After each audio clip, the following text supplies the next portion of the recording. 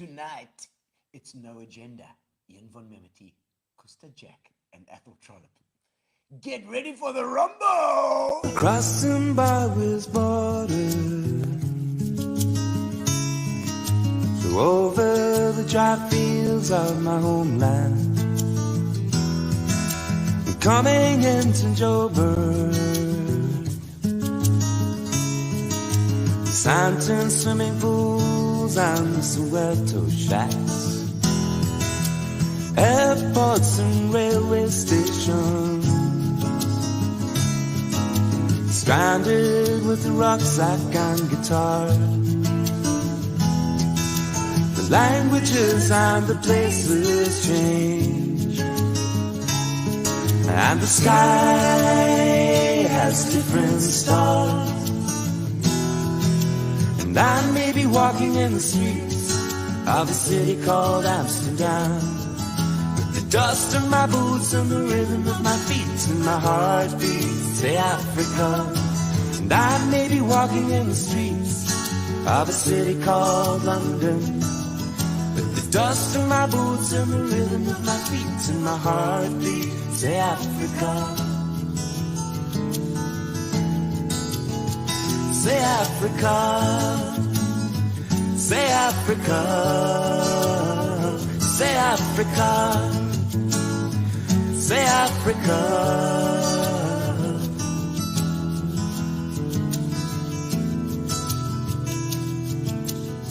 Sticks and stones and UNOs, passport control for countries that don't exist.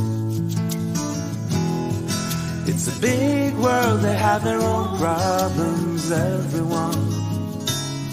But there's gold that clenches. And I may be walking in the streets of a city called Amsterdam, with the dust on my boots and the rhythm of my feet and my heartbeat, say Africa. And I may be walking in the streets of a city called London, with the dust on my boots and the rhythm of my feet and my heartbeat, say Africa. Say Africa, say Africa, say Africa, say Africa.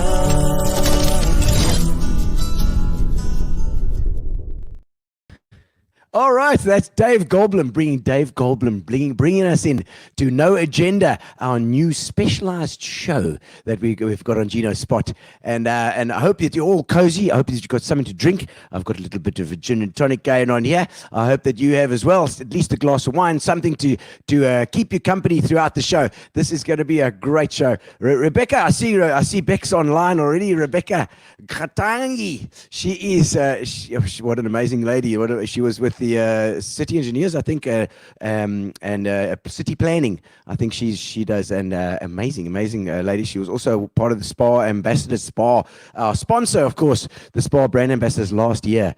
And such a I love you, Bex. She's amazing. I hope that, like I said, I hope that you settle down. You've got something to drink, something you could put your feet up and have a look on YouTube at Gino's Spot Thursday. Like I said, Ian Von Memerty is hosting tonight No Agenda with Mkhuseli Jack and Athol Trollip. It's going to be a fantastic chat. Give me a comment. I see Bertie van Staden popped on here now. How's it, Bertie? Nice to have you online as well. But pop on and say, how's it? Tell us where you are and what you're drinking, what you're doing.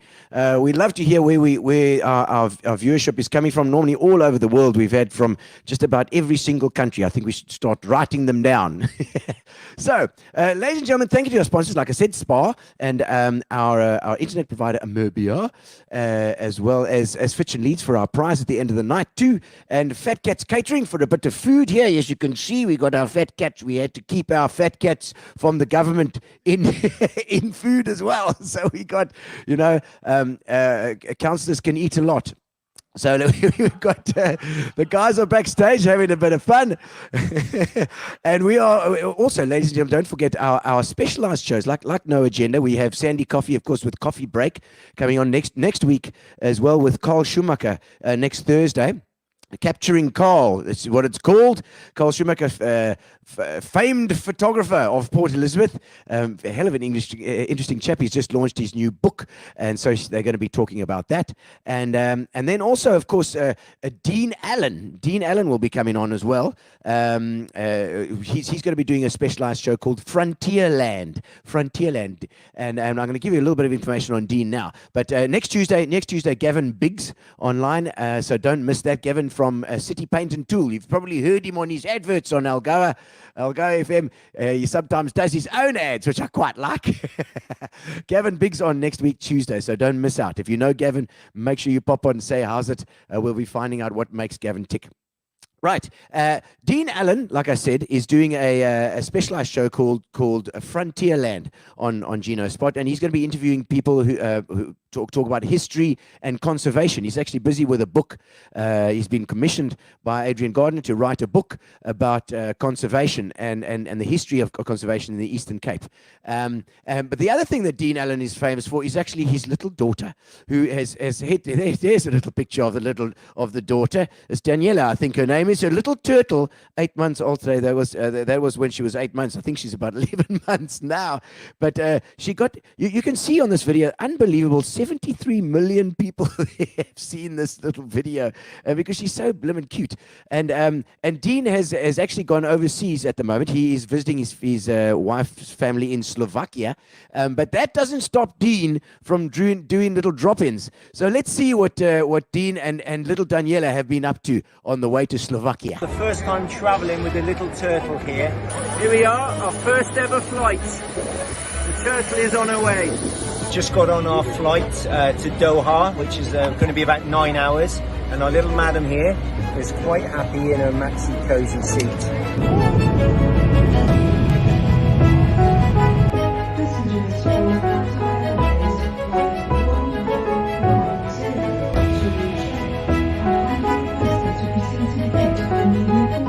We've arrived in Doha. Hello from Qatar. Hello Gino, how you doing my friend? I've come a little bit further this week for my travels. I'm not in Summerstrand, I'm in Slovakia. That's right, Central Europe. You see, we've come here on a family holiday. This is where my wife was born, in this little village called České Brzovo, and I'll show you around this area over the coming weeks. But just to give you an idea of Slovakia, it's one of those countries perhaps we don't think about too often. It has a population of only 5.5 million. Just to put that into perspective, if you think about the Eastern Cape, we have 6.5 million people in the Eastern Cape alone. So that gives you an idea of this area of Central Europe. But this is a beautiful country. This is a country which has such a warm welcome. People rely on different kinds of industry. Around here, it's a lot of forestry, a lot of agriculture. But we're right in the center of the country. And if we think about where we are in terms of the geography of Europe, well, if we look to the east here, we have the Ukraine. The Ukraine, of course, where they have a war going on, and it's only 250 kilometers from the border here in Slovakia. To the west is the capital of Slovakia, and that is a place called Bratislava. And that is only a 40-minute drive from Vienna, which you've all heard of. So we're really in the center of Europe here, which is quite incredible. So I'm going to share with you over the coming weeks, as I said, the history of Slovakia and some of the places I'm going to visit. But first of all, I'm just going to show you behind me. This village, as I said, is called České Brzovo. This beautiful church you see here, which is often the feature of many of the villages in Slovakia, was built back in 1922. The original church was actually destroyed in a storm in 1916. But you see, České Brzovo is where my heart is and where the heart of my family is, because this is where my wife was born. So it's quite a special place. So I hope you're going to enjoy my travels over the coming weeks, and I look forward to speaking to you soon.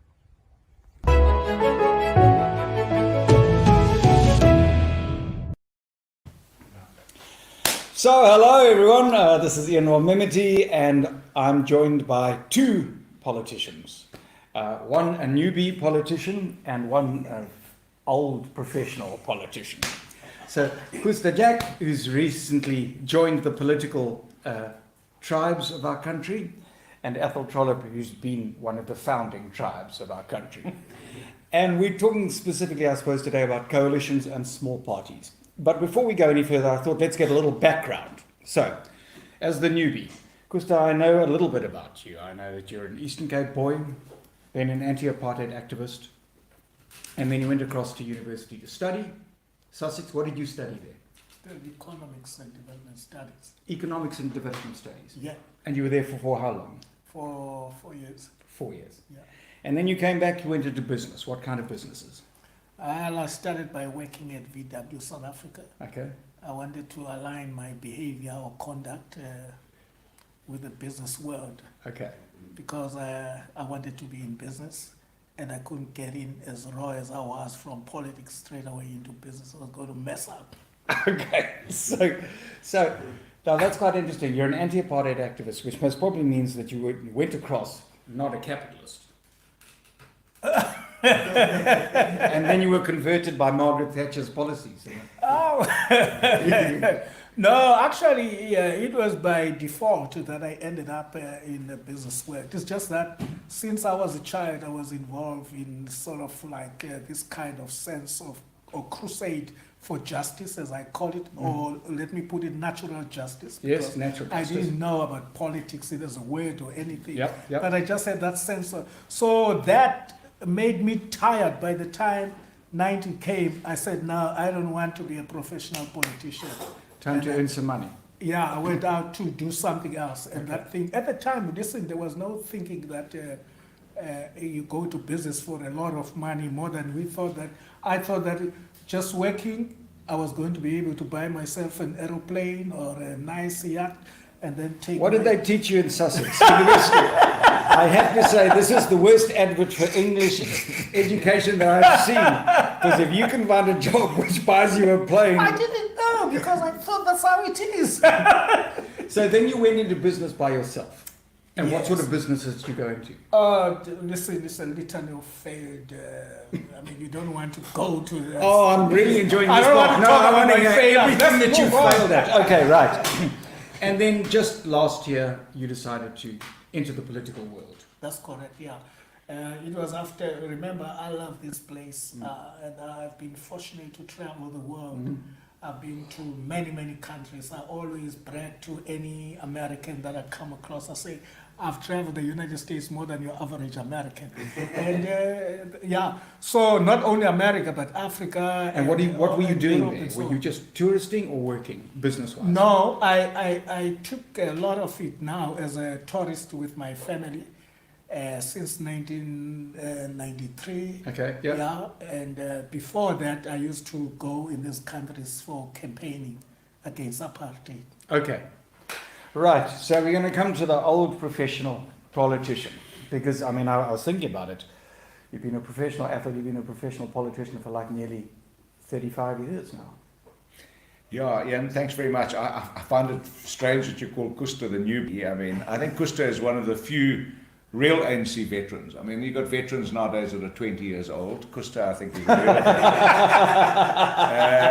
he's been in politics longer than I have. I'm actually a farmer. That's really what I am at heart. As Kusta said, he loves this place. I love the Eastern Cape.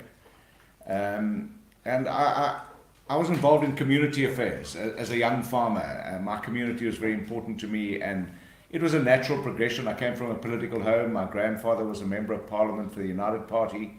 So I grew up in a politically aware family. Yep. I opposed, and my family opposed apartheid, maybe differently to what Kusta did, but apartheid was anathema to us as a family, and any form of nationalism is still anathema for me. So I was a young farmer, and I got involved in our agricultural farmers association, then agricultural union, and then I was an executive member of the agricultural union, which led me getting into district politics. So I've been an elected public rep for 25 years. I've been aligned to my previous political party in various iterations for 38 years. So it's been a big part of my life. Yeah, so, I mean, for 25 years, basically, you went to work as a politician. Yeah, and I was an elected politician. I was accountable. I've never been charged for fraud or corruption. Well, we're going to see what we can do about that today. No, I don't want to. I mean, I never ever want to be charged for fraud or corruption. And I just really want to kick this thing off. You might wonder why I brought the stick here. Yeah. Kusta and I have never competed against each other directly in politics, never served in any form of legislature or anything. But I brought this just as my traditional weapon in case the aerial stick fight became more than an aerial stick fight and it became a stick fight. And now I know why the Houses of Parliament are 2 swords apart, because I can reach Gusta with this. I just want to say one thing before we start. And I think that's why I was very happy to be here with Gusta this evening. South Africans need political leaders who will point them in a direction of prosperity, and not leaders who point fingers at each other all the time. And our politics has become so puerile and so petty that we can't see the wood for the trees. So I'm very happy to be back in politics. I was very happy, very, very happy to be out of politics. And I remember... We're going to get to that, but I'm going to stop you. I'm going to stop you right there. He's trying to conduct the interview. Yeah, no, that's why I'm going to stop him. This is the joy. I did, and I don't need you interrupting either. This is not a council Very meeting. Very soon he's going to pose questions to me. Everybody put your crystal glasses down here, and no hitting over the head. You said something now, that politics has become puerile with finger pointing. And I think that's a slogan. I think it's always been puerile with finger pointing. If I look at the inter-party politics, people have been pointing fingers at each other. You've had heads of government and heads of parties under investigation by their own parties. Politics is a principled thing, but it is also puerile, because basically you don't go into politics without a big ego, because you believe what you believe in is right, and you're the person to make it happen. And where there's ego, there's going to be personality clashes. And I think that to say that we're going to ever get past that is a pipe dream. You just have to look at any democracy in the world, be it from America, look at the last 4 years, to Britain now. So, is there anything you want to say to that? I do. I agree with you 100%. That is the weakness of politics. But if you look in history of politics, there have been times where there have been extraordinary leaders who've transcended that, who've pointed their countries out of revolution, out of strife, out of bloody internecine kind of warfare. Lincoln, Mandela. And in South Africa, for hundreds of years, if I can quote Frans Cronje recently in an interview, he said, we have been dominated by one-party politics for 300 years in this country. Okay, I'm going to get to one-party politics, because I think that's vital to the whole thing of why we're here, which is about coalitions. So now we're sitting in a very interesting place in Nelson Mandela Bay and Dukuza at the moment, where there are negotiations to start new coalitions. We have a new mayor-elect, and you have just left one coalition to join another coalition. So before we get into the why and wherefore, how was the experience of being in a coalition? Because from my perspective, it sounds like the most inefficient form of government, because you have a bigger party, smaller parties, and then some smaller parties, and they're all getting together and everybody wants their say. Well, look, I mean, the coalition governments have been there in most countries. They have gone through that up until they eliminate this problem, and the public starts to have a method of choosing. And once they reach that stage, I'm sure you will see they might be reduced to about 3 or 4 parties. But basically, it can work. It's just that in South Africa, the problem is everything is linked to the economic situation of our politicians, which is different from, let's say, in other countries, like, for example, in Great Britain, as you can see today. But that also evolved over time. Hence, the politicians there, they come from established families over years, and therefore a person got some safety net in the event that you can say, okay, I take my jacket and get on the road. But here, with the rest of many of the comrades that we have, many of them are people who are my age group or more, and these people started to work in the last 25 years or 26 years, some of them on and off. And as a result of that, their future, economic future, is totally insecure. Based on that, the principle being principled in the face of a danger of being cut from whatever resources that would have been there complicates things, okay? It impacted to the kind of polarized politics that you see here, that many of my friends that are today disappointing are people that were so principled and so great in the olden days. And but today, I'm shocked about what they do. Yeah, but is this not? Sorry, can I come in here? Because I think that coalitions are a fact. First of all, we know they're a fact because here in the Bay we've been ruled by coalitions since 2016, just a series of coalitions. In Tshwane now, they have the second coalition. In Johannesburg, they're under the third coalition. They're a fact of life. And in Africa, post-democracy, it takes about between 25 and 35 years for the first party, the Great Liberation Party, to disintegrate and the new party to emerge. If you're looking at Kenya, if you're looking at Tanzania, if you're looking at Zambia, looking at Malawi, as you move south, the first party, which is the big Liberation Party, collapses after 25 to 35 years. The only time that doesn't happen is when they actually go out and steal an election, like with ZANU-PF, or if you're looking at Zaire. I would say that we're completely on track where we are politically in terms of history.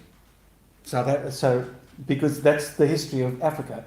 We get democracy, there's a liberation party, and after 30 years, that liberation party is disintegrating. We're unique because we're not going to another opposition party, we're going into coalitions. But before we get to that, how did you find setting up a coalition?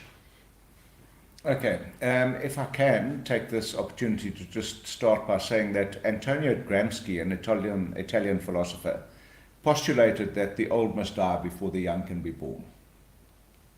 And in the interregnum, you find a whole series of morbid symptoms. Now, we are waiting for the old to die in South Africa before the young can be born, and there are morbid symptoms. If you can think about the Zondo Commission, I don't want to tell people about their lived realities. There are morbid symptoms everywhere. So I firmly believe that South Africa is ready for coalitions. Coalitions are very difficult. That's what I want to get to. Yeah, coalitions are very difficult, and if you think about, Israel had been governed by coalition governments for many, many, many years, and at one stage, the Prime Minister of Israel came from a 7% party. It was the smallest party in the coalition. And my experience is that drawing up a coalition agreement that brings disparate parties together is the most important thing, because that should be signed in blood as far as I'm concerned. Okay. If you have a coalition agreement and you break any one of those coalition agreements, it should potentially bring the coalition down. So people need to understand just how serious it is. And the greatest challenge I experienced was that people broke those provisions of the coalition agreement willy-nilly without any consequences, because the one party was too scared to act against the other in case they lost government. And the worst part about it, and maybe it comes from what Kusta's just said about people's backgrounds, but transactional politics in South Africa is the Achilles heel of coalitions, where you have the tail wanting to wag the dog, and you've got a one-seat party that says, I want to be the mayor, and if I'm not the mayor, I'm not going to vote with you, or any kind of other transaction you can imagine. I had many. Okay, I'm going to we'll come back to that, because we're speaking to a deputy mayor who has one seat. Now, before we get to there... Wait, I don't have a deputy mayor. Yes, but you're going to be. You've set yourself up to be. Yes, yeah. As I said, in the negotiation, the mayor. no, but the deputy mayor, it's a powerful position. Yeah. So you came in, I'm going to get to smaller parties just now, but you win your 1.3% of the vote, and you come out and you're preaching integrity, and that was the whole aim of you starting your party and setting up a party.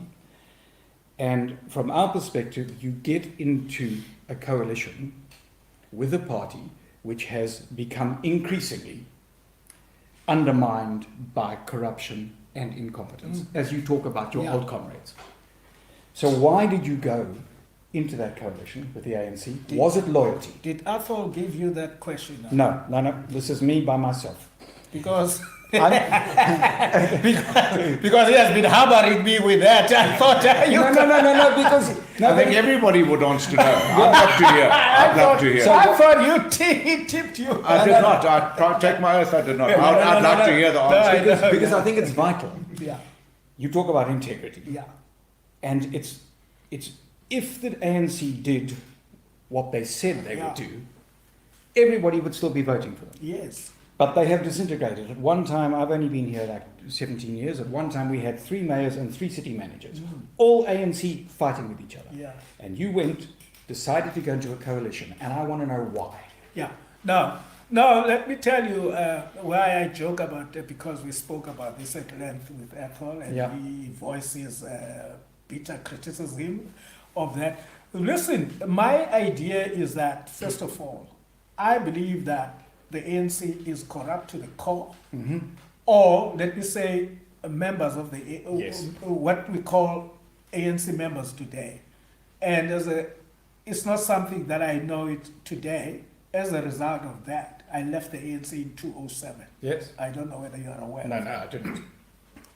And I left it publicly, and I've been on the political, if you like, wilderness for that period. And the ANC, everything that we said was going to happen, happened.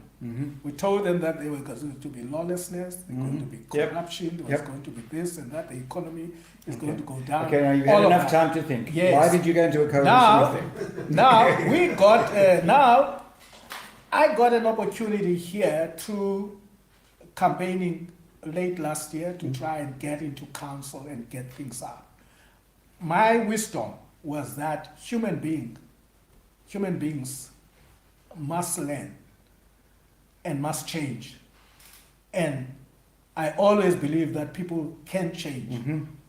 This time around, it appears like I got that wrong as far as the ANC is concerned. Because I thought after the hammering at the polls, after the Zondo Commission, after everyone will know that the path of corruption is the road to nowhere. So I'm going to paraphrase you just to make sure I understand. You were saying, right. Gave them the benefit of the doubt. Benefit of the doubt. And also there's a loyalty factor. You were an ANC member for all these years, and you want to go and work with these people because their ideals on paper are still your ideals. No, you know what? The other thing was that I assumed that, understanding that you've got people who want to get things working, and you also want to get it will be an incentive for you to make sure, as at the top level and to the bottom, that everything must function properly for your own good. Yes. That's what I was hanging on. That the ANC, for its own good, would be is practical. is going to do the things that ought to be done. That needs to be done for its own good, not for my good. No. But unfortunately, to stay in power, you've got to deliver. Because Yeah. eventually people get disturbed. Exactly. So you were thinking that you could work with the ANC to lead them down a path of practicality. Yes, yeah. Okay. It was a pragmatic thing that they got the government, they got everything. They could really come on board and save the metro. I've got a very interesting thought there, because you had the same crisis as they do. Yeah. The belief that, no, the party is there. It's got all the infrastructure. It's got everything going for it. Yeah. It's got the history. We can work together to make it happen. Yeah. That's what the ANC believes still, and it's what you believed. Well, for different reasons. Because I believe that through the lessons that they had been hammered. And They would just catch a wake-up. Yeah. They would catch a wake-up, but they didn't. Okay, so now, Athol, I'm going to come to you. You are now mayor of Nelson Mandela Bay. And you're delivering really nicely, and things are going well. What happens to the coalition? Because in terms of the party then suffers, because if you lose power, you're seen to be ineffective. So I don't want to go into the whys and wherefores, but just painting the broad strokes of that coalition. Yeah, look, in my particular personal experience was that we went into a coalition. It was quite an easy coalition, 4 parties. Yep. And we had 61 seats, which was a majority. Yep. So it was a majority coalition. It's much different to what Kusta and the other parties have put together today. And I'm very happy to hear Kusta's explanation, but I just wonder why they didn't do that straight after the election in 2021. doing what they're doing now. Because I remember Kusta, my mate, used to say, "Sabakupa la masela," and I'm coming with integrity, and then he joined the masela. I just couldn't understand that. But and I'm very happy for what they've done now, because you know what it's done? It's actually put coalition onto people's lips. Because it wasn't long ago when Helen Zille said a 7 or 8 party coalition can't work and it'll never work in Nelson. But now they're putting it together and it's actually becoming a talking But also, point. that was how she started as a mayor. Correct. She was in a 7 7 or 8 parties, party, 7 parties in 2001. But Nelson Mandela Bay, their efforts have become a national talking point, which I think is good. So my experience was that we had a very easy coalition, majority coalition, and one of our parties was the UDM with their very controversial and erratic Mongameli Bobani, and it wasn't even 2.5 months that he stopped voting for us. He started doing very peculiar things. I started challenging him, and having a coalition partner that doesn't vote with you in a council is pretty much like having a spouse that doesn't sleep at home. It's absolutely no good. And so our coalition was brittle right from the beginning, but we managed to limp along for 2 years and do amazing stuff until there was a vote of no confidence and I was voted out.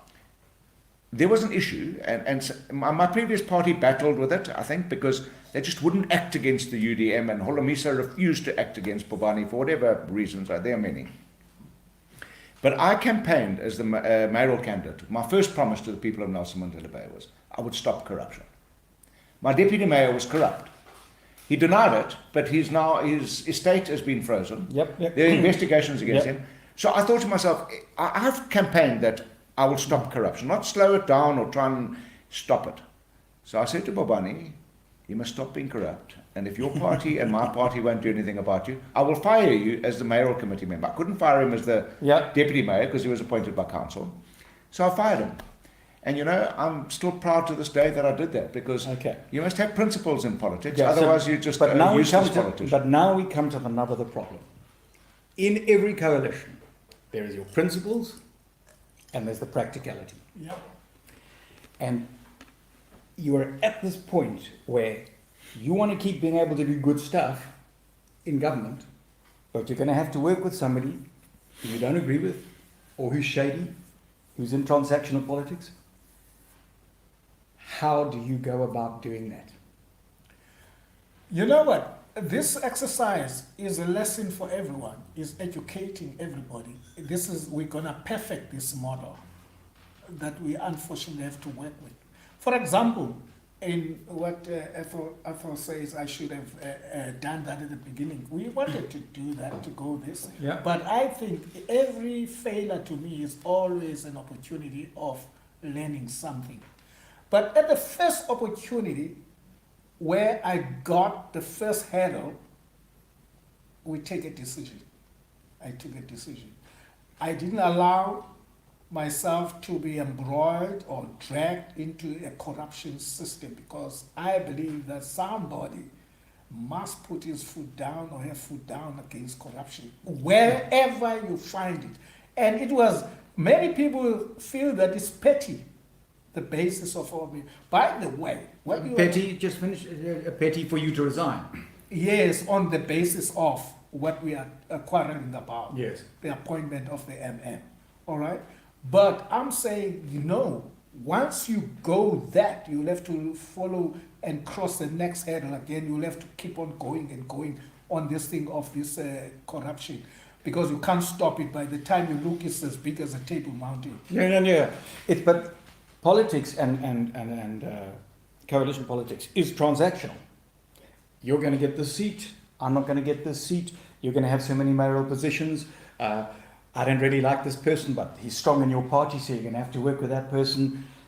It's a really complicated issue, and it applies whether it's Italy, whether it's Germany, whether it's Israel, and transactional politics happens everywhere, even in Japan, even in certainly in Britain, certainly in the USA, in Australia. Transactions with people you don't necessarily agree with or trust are part of politics. I agree with you 100%, and you've got to make compromises. I mean, if you serve in a caucus and the majority of the caucus take a decision in a caucus, even if it's contrary to what you believe in, you go along with it. But I'm so happy to hear Kusta's words about this, because I wanted to say hallelujah, because you can make compromises in a coalition. You can compromise with your children and your own family. to a certain extent until you get to a point of no return. And if you encounter corruption and you compromise on corruption, Yeah. which is it's the curse of South Africa. No, at the moment. yes. If you do that, you become no better than anybody else. So there has to be a point in any kind of relationship, whether it's a coalition or a family relationship, eventually when you say, listen, this is not going to work. And sometimes it's difficult. It's traumatic. I mean, I left my previous political party of 38 years. Kusta left his party of a lifetime. Those kind of departures and junctures in one life are terribly traumatic. Yeah, they Because are. you leave friends, you leave families, and it's traumatic. But you've got to get to a point where you say, listen, I've lost my conviction, or my conviction doesn't allow me to do this anymore, and therefore I must walk away rather. So I think politics, the road of politics, is full of that. And you know, Yogi Berra talks about it, about you get to the fork in the road, and you take the high road or the low road. Those are the choices you make in life. And sometimes you make the right choice, sometimes you make a bad choice. Kusta made a bad choice. Now you can try and make a better choice. But that is what politics is about. You've got to make choices.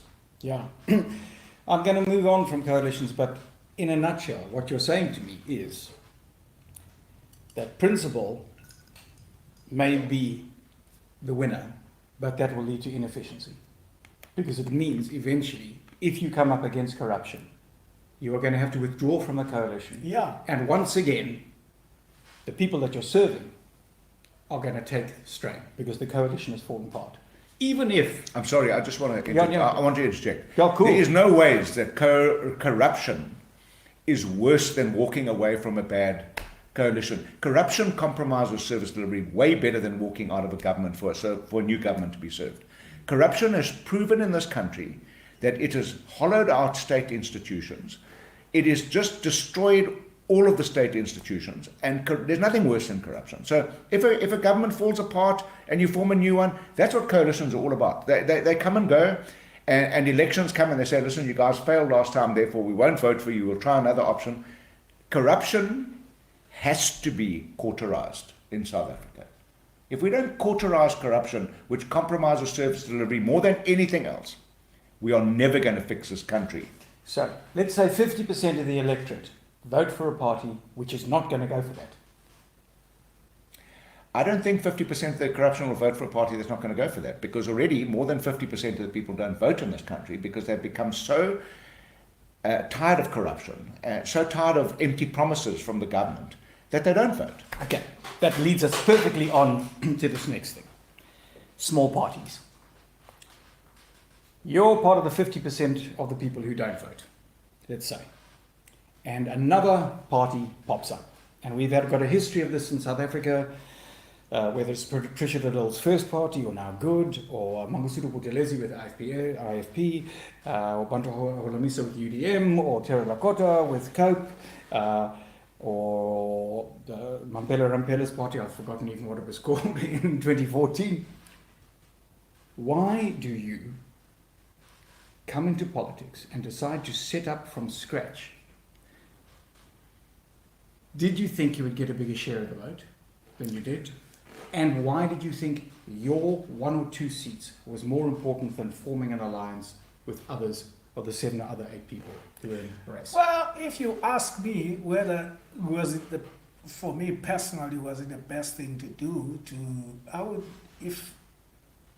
Would I rather not have done anything? Well, that would have suited me because I would have kept my life I was living, Yeah. which was really okay than what I'm doing now. But the risk for me to sit back was just the fear of all what has been so dear to me and to so many people who opted to reside in this beautiful city of ours, that I thought it doesn't matter. Even if I shout in the deep blue Atlantic Ocean alone there, let me do my shout, whistle against the wind, because that made me feel a little bit better. Even if I didn't get a single vote, I would have been happy because I tried to do something. The worst thing for me would have been knowingly that this country is going down and not even try to reverse or do something. Fortunately, look, with the little effort that I have, and energy that I have, I managed to get a seat in. And with that seat now, I'm fortunate I got a voice. I might not have got the vote that I wanted, but everyone knows that when I talk, at least pays attention. And in most cases, I talk about these issues that matters. And that kind of a message is what we want to be hammered back into our society. You know what? These leaders that we got today, what is bad about them? Very few of them will ever talk about the family structure, family values, what we need to do, how to bring up our children. I can tell you without bragging, of all these existing political leaders, I'm the only one get on the stage and talk about what you ought to do to make your children perform best, talking in a public platform. And that is what I think this society of ours is not good at. You see why? But now, how different are you to the ACDP? They're going to talk about they're going to talk about family values. They're going to talk about ethics and policy and integrity and honesty. So my point is, you're part of the 50%. You don't vote because you don't trust any politician. And in comes Mkhuseli Jack and he says, you shouldn't trust anybody. I'm going to talk about what I believe in, and you're sending the message to those 50% of the people who don't vote that they're right. They shouldn't vote because you can't join any existing political party because you're the only person who's got it right. No, Ian, listen here. These people, our people, will come in their millions, and they are going to come soon. And very soon, mark my words, you're going to see now the South African society rising, okay? Remember, as long as the message is right there, what is important for me is that the people rising, the 50% we talk about, taking its full responsibility and redirecting this country through the ballot box, and South Africa is going to move back to where it ought to be. Don't underestimate the little effort of the voices of reason that are so scarce. But when they come, they are welcome. As we speak now, you must watch the space. I give you something like even this year, you will see what's going to happen. This country, the people are going to rise and understand the power of their vote, because now they have been misled, misinformed, misdirected. I agree. As a consequences of that, they lost all hope in this power of their vote. We are going to make them understand the power of their single vote. They are going to go to the polls. Once the taps dry, once the roads, you can't drive on them, once the hospital, I said all these things, go and read what I've said in the last 15 years since I left the ANC. I said to my friends, your children's children will give birth under trees here unless we change the thing. Listen, that's a space we don't want to get to. Yes. I know we will get there. I don't want us to get there. Right. But you are saying to all those people, vote for a myriad of small parties. You, the ACDP, Freedom Front, all these people, and we've just heard how difficult coalitions are to run. So if you can't get into a main movement, are you not just saying to people, vote for me, and yes, we're going to have a little bubble here and a little bubble there, but you are now going into these complicated coalitions? We'll pass that phase. We'll pass that phase. Can you give me a bite? Yeah. You go in. Yeah, no, he needs to jump.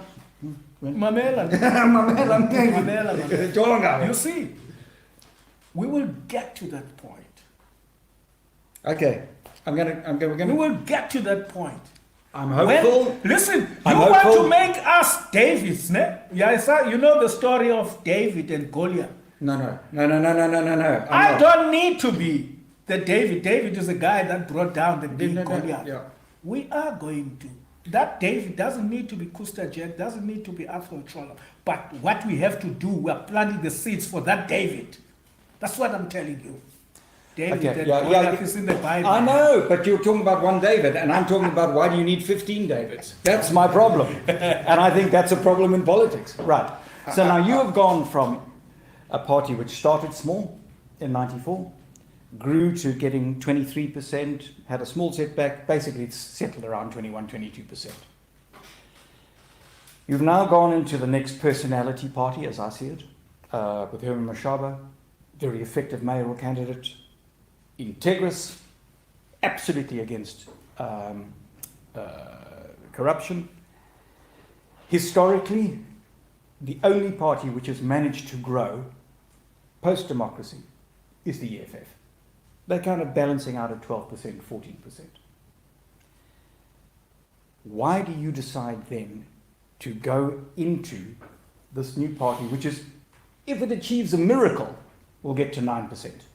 That's a miracle. That's a political miracle at the next election. EFF, he had the whole ANC Youth League at his fingertips. He was Jacob's favourite son. He knew everybody in the ANC. He knew the entire structure. He could go in, cannibalise the ANC, provide a voice to those disgruntled youth, and take. So why do you go into this small-time politics? And now it's the same question.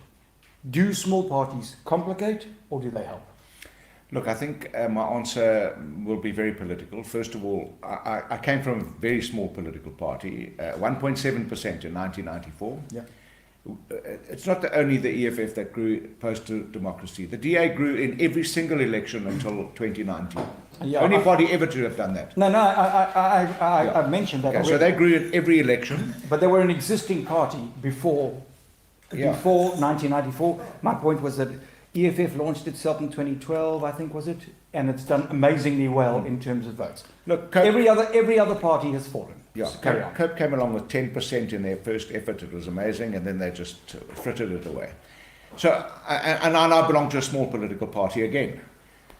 This political party that you talk about, 9%, they are the sixth biggest party in South Africa. We only contested 6 out of nearly 270 municipalities. We are behind the Freedom Front Plus by 1/100 of a percentage point.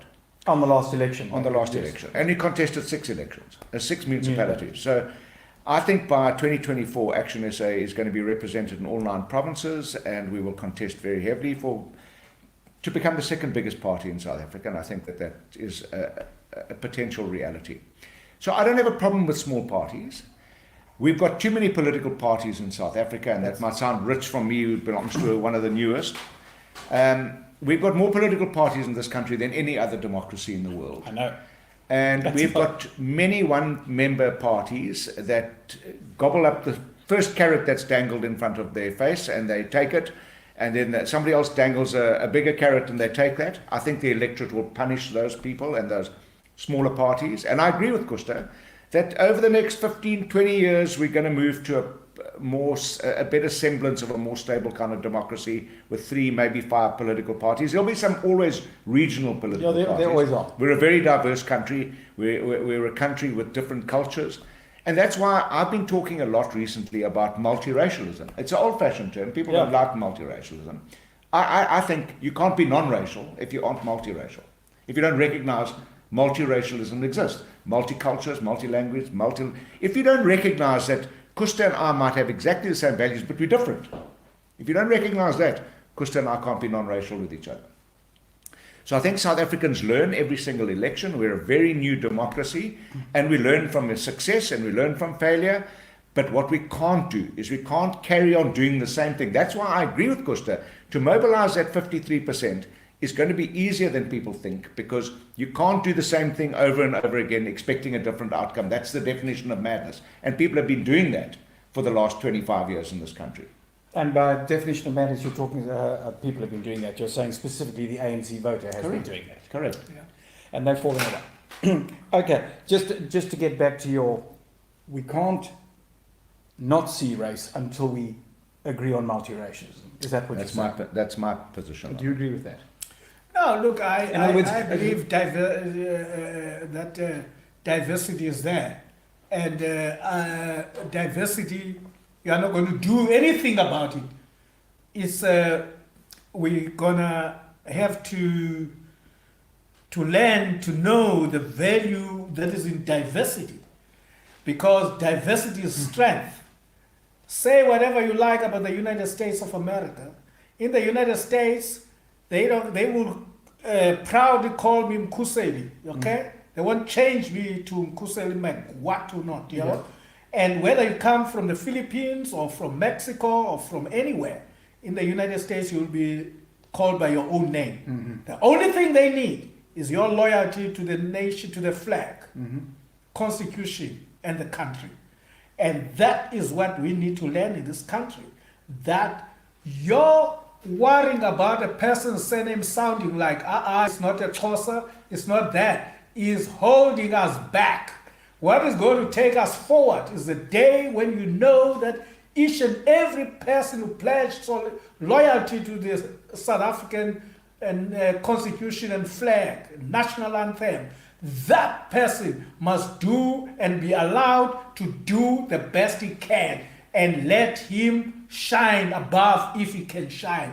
Don't restrict him, and raise us all. I can see up to the same level. This is your election speech. You're giving the exact same speech that you gave in your election talk. Exactly the same. Stand up, be clear and honest. That's what I believe from since I was a child. Okay. Then I realized where I come from, the farms, Yeah. myself. I've got a farm, like I spoke Afrikaans before I spoke English, on the farms. And from that moment, when I realized the problem of race, and I was determined to make a distinction, I hated the idea that there was racial discrimination. But I understood that discrimination and racism is a choice.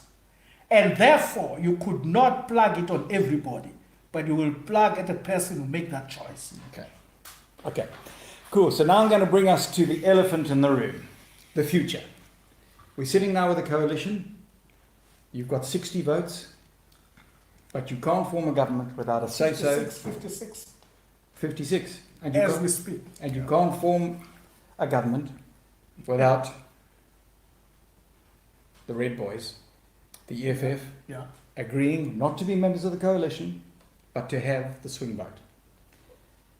In South Africa, it's highly likely, because there are 10 to 12% of the population, that in the future they are going to have, in either 2024, please heaven, or 2029, the deciding vote on what forms a coalition.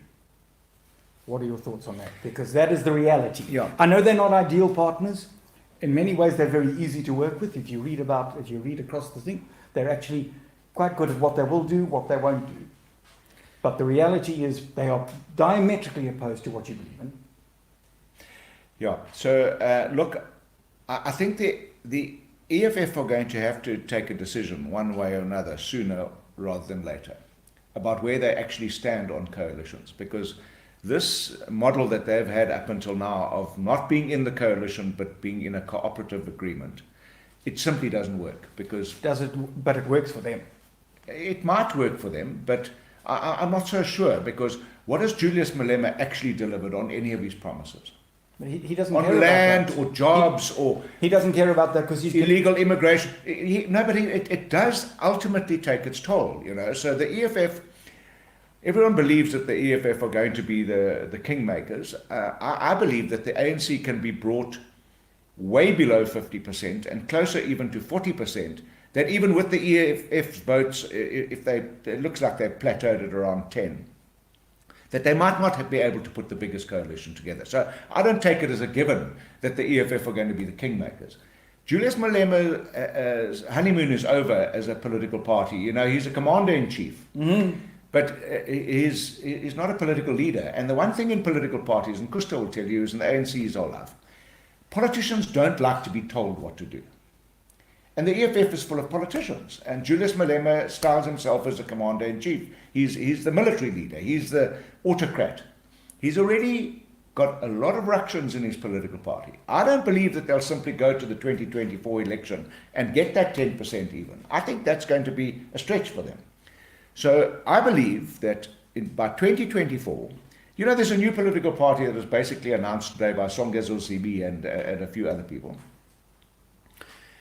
I believe we'll go to the 2024 election and there will be enough political support out of the active voters and the moribund voters that will be energized into coming back to register and vote, that we'll be able to put a coalition government together with 55% support.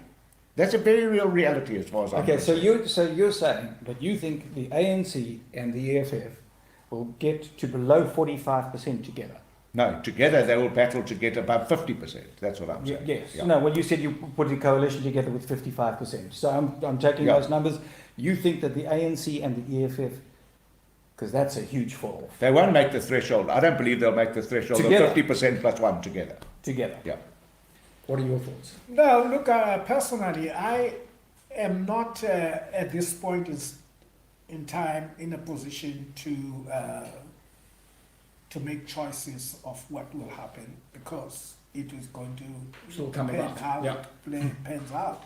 I must say that from where I'm standing, there must be a front. There will be a front, what we call like the United Front. You see, you can talk your own ambitions, your stories you want to achieve. I got my own, you got yours, you got own. But we can, at some point, because now we are facing a problem, and that is the issue. We're facing a country that is collapsing, that country that must be saved. Let's look, what are we united on that? First of all, is to take out the ANC. Right. So then after that, we can have our own battles again to go forward, and we will work each other out.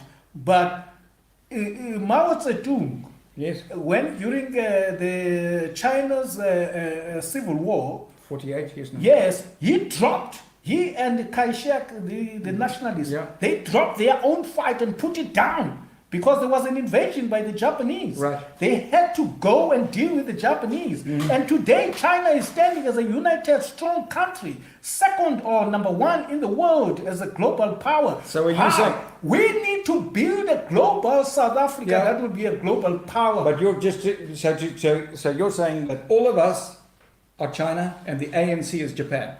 Exactly.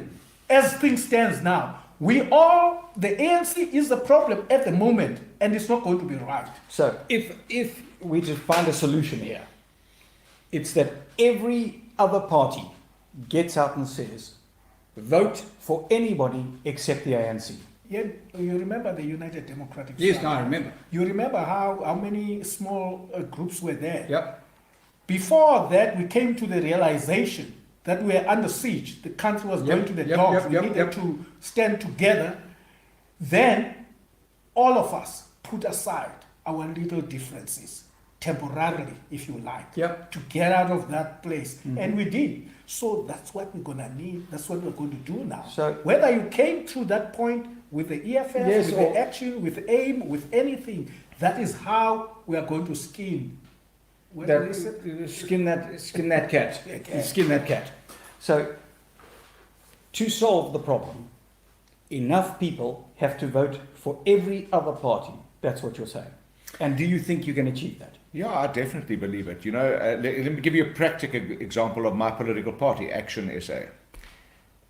We went to the elections in 2021, and the the IEC insisted, that was a Freudian slip, the IEC insisted on giving us an acronym, ASA, like some failed airline. Yes. We're not a failed airline. We are Action South Africa. Just so you know, I never said you were No, a failed airline. So, This is your pilot speaking, we're about to crash. Herman Mashaba went to court against the IEC, and now on the ballot paper it says Action SA. We saw it for the first time in the 3 by-elections that we participated in. But here's a very practical story of how South Africans can unite to get rid of the problem. The problem is the ANC, and Mashaba says it all the time. He will not go into a coalition with the ANC because you can't fix something with the very people who broke it. In 6 municipalities we contested, all in 2021, all 6 were brought, the ANC were brought below 50%. Action SA is in a coalition government in all 6 of those municipalities. And we're the 6th biggest party in South Africa. Yeah. No, that's like a miracle. I mean, you told me a 9% is a miracle. You contest 6 municipalities. The ANC is brought below 50% in all 6. but- You're in government in all 6. And you're the 6th biggest party. With all respect, you're whitewashing the issue.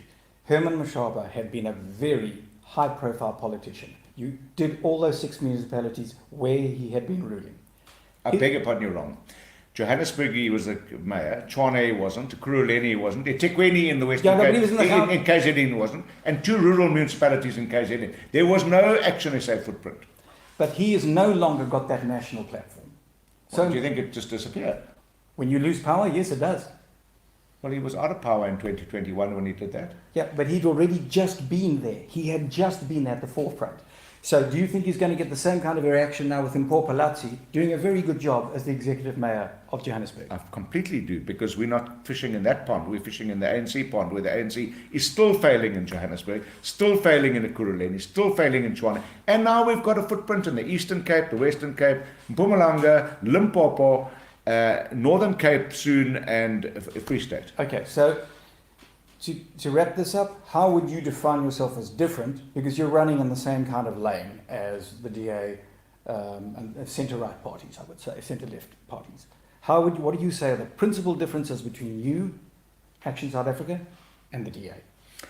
Okay, so I have an experience of both. So, you know, the DA has lost Afrikaans white-speaking support, a lot of it, to the Freedom Front Plus. The Freedom Front Plus grows almost in every by-election and in every election. They've lost a lot of their black support. They've lost a lot of their coloured support. You just look in Nelson Mandela Bay, we went from 47% in 2016 to 38%. Then we've got the Northern Alliance in an area that was the strongest DA supporting area in the whole country amongst coloured people. That's gone. Action SA is a political party that doesn't profess to be a political, or even perceived to be a political party of one race. South Africans are obsessed with race. So South Africans really like to see political parties that espouse the fact that we are multiracial and that we are non-racial. And we're able to attract votes from suburban voters, people in Soweto. Recently in a by-election in Ward 96 in Tshwane, where 80% of the voters were white Afrikaans speaking, we went from 12% to 23%. So I believe that there's no other political party, and I mean, Kusto is a small party, a regional party. I'm not talking about him. There's no other political party in South Africa that has been able to attract votes from across the board, more so than Action SA. Okay, and politically, what's the difference? You're right. We're probably very close. In terms of principle, because to me, you're fishing in the same pond. The DA professes to be a liberal party. We're not a liberal party. We're a centre party. We believe in an open economy, same as the Democratic Alliance. But there are a couple of fundamental differences. We are a pragmatic South African political party. Now, you know, let me quote Lee Kuan Yew, who's probably the most successful Prime Minister of a developing country ever. Singapore. Yeah. And he had 3 letters that defined his success. It was M, P, H. M for meritocracy. He said, get the best person to get the job and you'll get it done. Okay. P, pragmatism. Yes. And the person who defined pragmatism best, as far as I'm concerned, was Deng Xiaoping. Who said, it doesn't matter the color of the cat, black or white. If the cat catches mice, good cat. Right. And the last one was honesty. And the very first time a deputy minister went overseas with one of the Singaporean companies, when he arrived back at the airport, he was arrested, he was charged. He said, what have I done? He said, you went overseas with this company, you didn't declare the trip, you clearly have a vested interest, charging you for corruption. He was sent to jail. Okay, I'm going to let you come back to just now because you still haven't answered the question. How are you different to a well-meaning ANC cadre who absolutely believes in all the principles of that we should be non-racial, that we need a vibrant, thriving economy, and the only way that you could do that is by staying in the ANC and working with them? How politically are you different? You know, I think that personally, I don't like to engage in this kind of talk you talk about. Okay. Because that is ideological kind of polemics. Because South Africans, that's not their problem. Their problem is a lack of implementing all what these people are talking about. Some say they are liberals, but I see no liberals in the shape of the liberals that I knew and they ought to be. Yeah. and there are people who call themselves revolutionaries.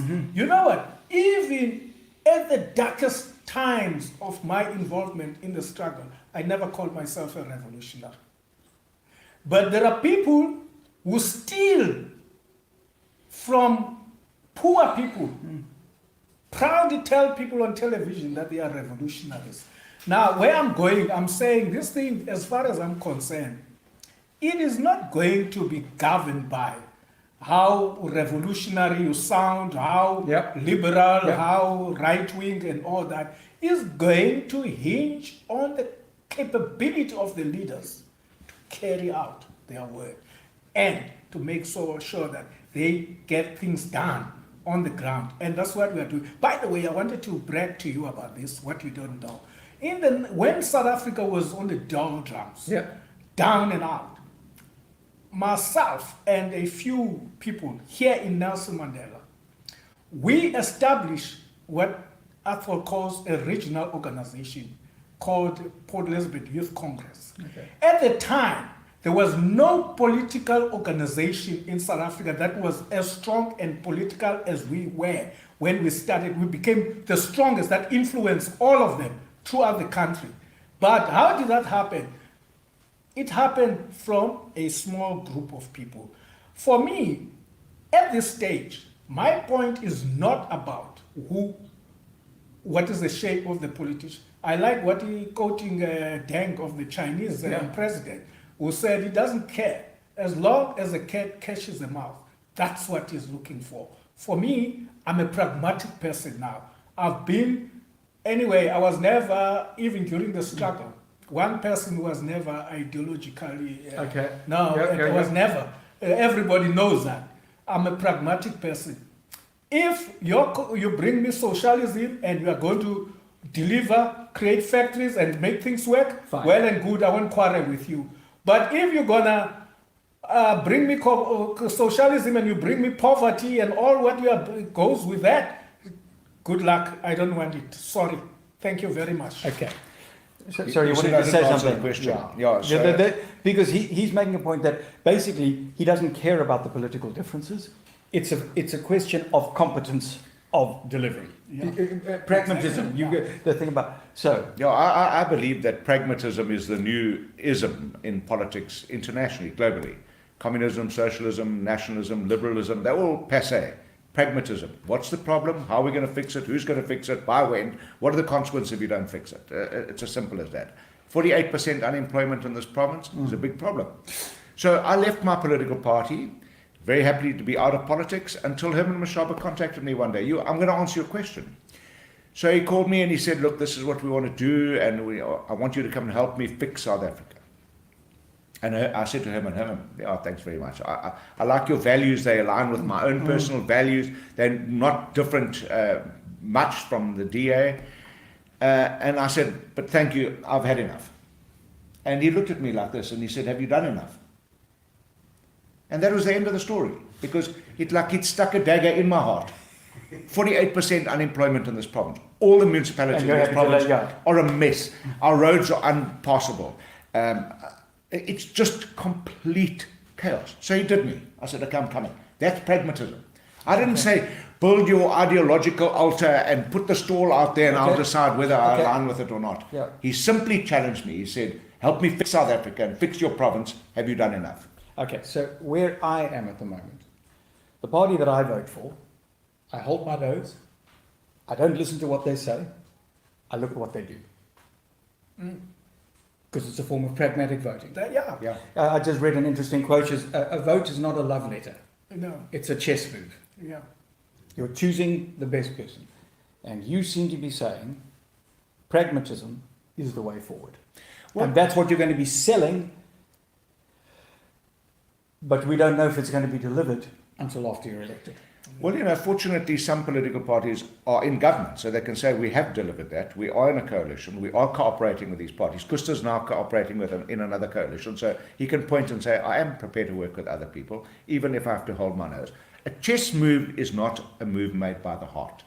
It's made by the brain. Yep. Okay? You're not in love with that pawn. So this is. You're not in love with that port. So do you think that people who voted for Trump, just coming out of the country, did it on emotion or headspace? Because that is the They great. voted by emotion. Yeah. So that is the Only- great debate in politics. You have to campaign on emotion. Here's a guy who cut his political umbilical cord, that was born ANC, lived ANC, suffered ANC, did everything, cut his umbilical cord. I was in another political party for life. I'm now in another political. I cut my political umbilical cord. That is what is required in this country. And you can only change if you actually change. So I believe that people will vote more with their heart than with their minds and with their heart, as they've done in the past. And that'll be good for South Africa. And you know, South Africa is really good when they work together. We've been at the Commonwealth Games, and black and white, men and women, making us proud, winning. Wonderful. World Cups, when we're together. So people really like that. They know there's a recipe of success. But what they don't like is the polarization that's being promoted by the current political party. Every time their clutch slips, they blame somebody, whether it's race or whatever it is. Okay, so even the DA, let me just tell you something about the DA. Musi Maimane was kicked out of the DA because the DA went back 1.3% in that election. The very next election, they lost 364 council seats. They lost 8 governments. They were in government in. So they don't govern perfectly. And they lost way more support, nearly 10% in the city. Nobody was asked to fall on their sword. So what I'm saying is, the time is coming for political parties in this country to man up to what they've done or what they haven't done. Okay, and so the voters are going to vote for that. Okay, because you talk about polarization, and what you've just done is pointed a finger at the ANC and pointed a finger at the DA. And that's polarizing. I gave you facts. I gave you. No, but that's polarizing. No. I beg your pardon. I gave you facts. I gave you electoral facts. How many votes they lost, how many seats they lost. Nobody's perfect. You lose governments. That's a problem. And one thing's for sure in politics, and history, if you read history of South Africa, you cannot arrest a slide in political support. It's never been done by any political party. Once you go from 75% to 60%, no. I mean, it's irreversible, okay? Yeah, no, I'm dealing specifically with the polarization. Because what I'm hearing here is you are committed to an honest, principled, pragmatic politics. But you have to point at roughly 50% of the other politicians in the country and say, you're wrong, you're corrupt, it's time you go. And that's polarizing. I believe that the ANC polarizes South Africans intentionally. It creates a dependency amongst poor South Africans on the government, and whenever there's a problem, they find a scapegoat, whether it's race or whatever, and that's tremendously polarizing. I spend my life in my new political party working with all people, trying to bring people together, not polarizing. Okay. Yeah, look, I mean, I do accept that. Funny, the ANC became famous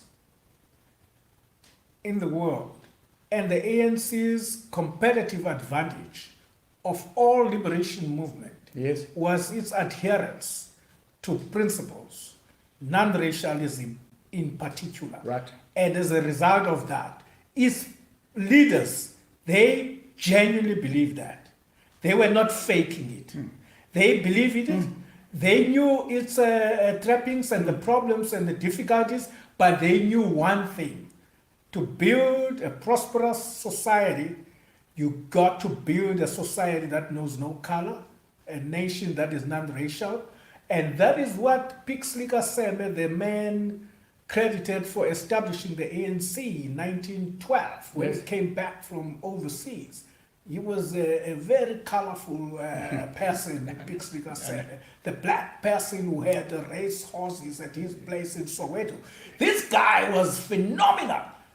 When he came back in his first speech, the first thing that he put down, it was a demon of racism that he wanted to do away. The ANC carried that right through up until 2004, when he started to have problems. And then he started to pull the race card now, to pull the race card. Okay. Scapegoating. So we're gonna end this up. If there's anybody who has a question, please send it in now. We're gonna ask the guys questions. What we have is people who are committed to democracy. And I think the one thing that we lose sight of in South Africa, because we get so caught up in this corruption and doomsday, is the one thing that the ANC has given us is 5 presidents.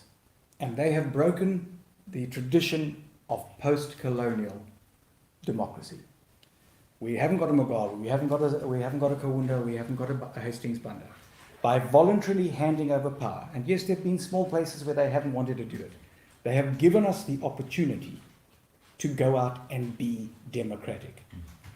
And if we don't take that opportunity, everybody, then we are going to have real problems. I really agree with you, and I also want to say that South Africa is an infinitely better place today than it was 20 years ago, most certainly than it was 50 years ago. And but you know, there's nothing wrong with wanting more. Oh no, we're not okay at the moment. I think South Africans are almost ashamed or shy to want more. You know, if I can put it in a familial context, the first child in a family to get a degree will probably result in all the children of all their siblings becoming degreed. Mm-hmm. Yeah. And a parent wants more for their children than what they had. Yep. But there's this kind of phenomenon in South Africa that we must have this kind of suffering. Hey, siyakwazi unyamezela man. Up in South Africa, abantu bantsundu kakhulu bayanyamezela. They suffered through apartheid. They suffered through the ANC. And it's almost like this penchant for being able to endure. And you know what? I think South Africans are starting to say, it's okay to want more. It's okay for my kids to want to get a decent job. We're better than just suffering. Get a better We're better than education. just suffering. We're not sufferers. Yeah. Yeah. Okay. Somebody said something here which is interesting. They're not looking for good leaders. They're not looking for good leaders. They're looking for servants of the people. Yeah. And I think it's not an either or. To be a good leader, you have to be a servant of the people. Yeah. Yeah. Okay. Anybody else? Because otherwise we're going to wind this up and call Gino in. Do you want to come in and say anything, Gino? We've got a couple of comments here. Yeah, go. Okay, all right. Let's have a look. I think we've got a whole pile. Huh? Yeah, we've got lots and lots and lots and lots. Yeah, I think so. I like what Rebecca I see said. what Rebecca Bex What says, did she say? both astute men from personal experience having worked with Trollip, I would vote for him. Best mayor we've ever had. Well, of course you're going to like that. Of course you're going to like that. She thinks the sun shines up your backside. Of course you're going to like that. Of course. Here we go, Bex. Do verified. Graham Vass, that's ex-Boardwalk. I'm sure Kusta knows Graham Vass. Oh, yes. Graham, great man. Yes, good. Two very fine men, great leaders. We need them, indeed. I think so too. It's been a fantastic evening tonight. I know I've enjoyed this thoroughly. Nikki Terrell says, Krista, please reiterate to Ian that AIM does not have the same ideals as the ANC. But I think what Krista said, just to go back on this, you've said that if the ANC was still true to its ideals, you would be a member. If they were true to where they were. Look, I mean, I left in 2007 when I saw all the signs were written, and not only written, I wrote about them and said, this is going to happen, That's why they were written, because you put it down. Bam, it actually all happened. Okay. Look where we are today. You know that on a daily basis, we lose more than the artillery in Ukraine. Yeah. No. I said that. So, Right. Anybody So else? there, Jacques Orange says, love this honest and straight talk chat. Very educational. Thank you. He says, thank you to you guys. Thank you. And Rebecca, the term cooperation in its definition or intention is meant to assert goodwill. Okay. That's what Bex says, yes.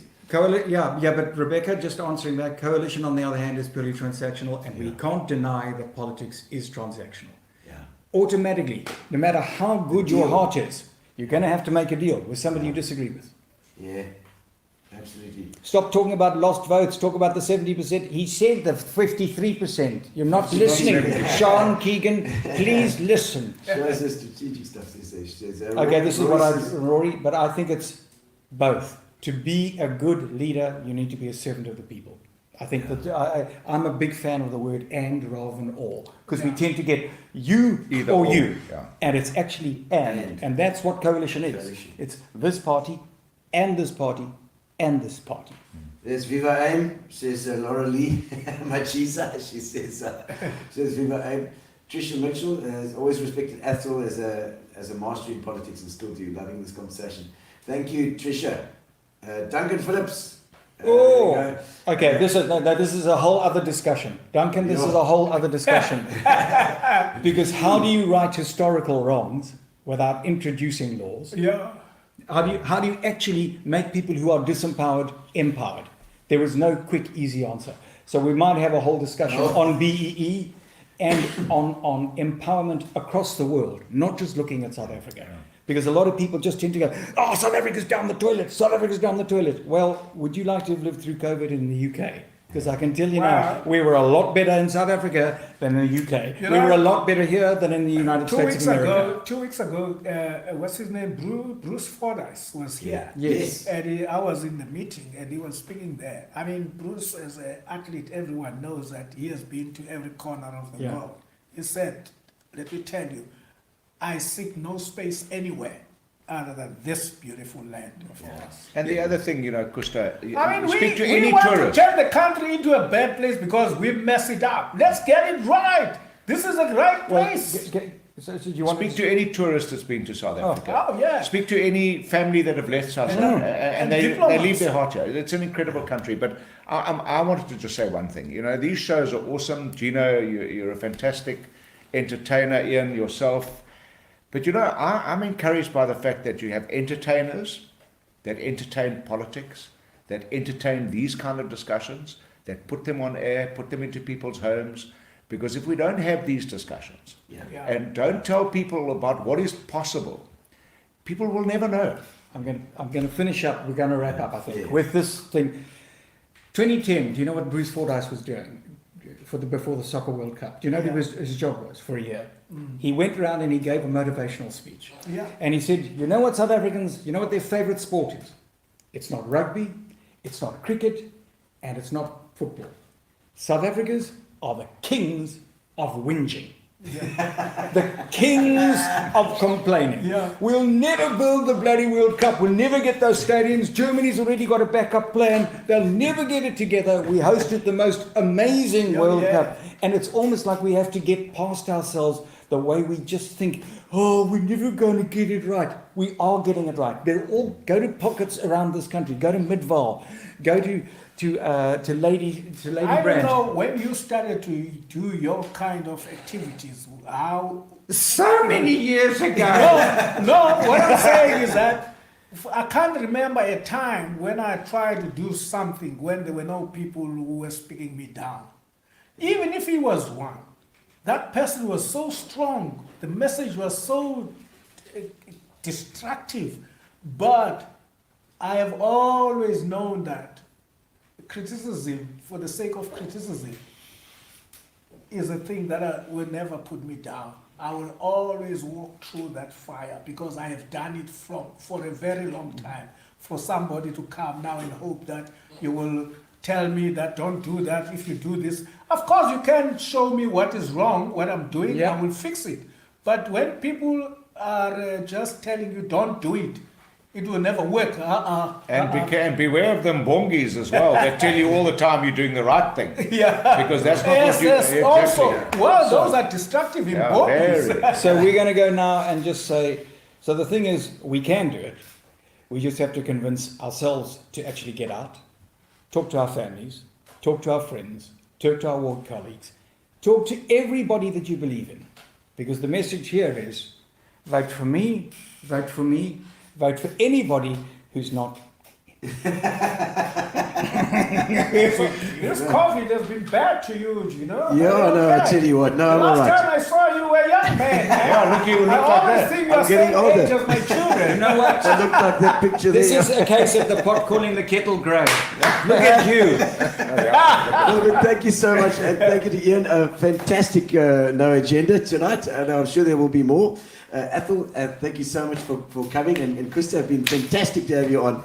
And I think if Slovakia can run an entire country on 6 million people, so can we here in the Eastern Cape. We can do it. Let's immigrate. Let's immigrate to the And Eastern Cape. secede from the country. There's it.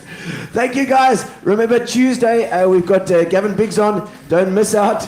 Thank you. We've got, if you've got a competition, we've got the competition to give away the fiction leads. We've got some fiction leads to give away. You carry on. Let's have a look here and see who's going to win.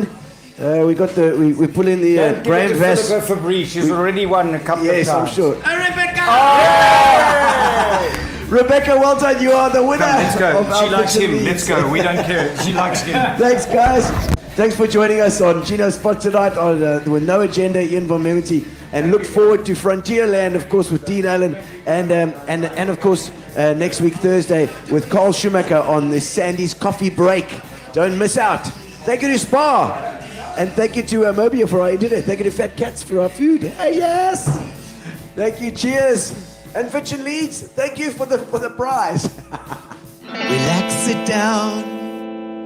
Coming out of PE town. Want a drink, find a shot. Never mind your liver, get to Gino's Spot. Gino Spot! Get to Gino's Spot. Gino Spot! Have a laugh, have a giggle, and exercise your middle. Have a Gino shot.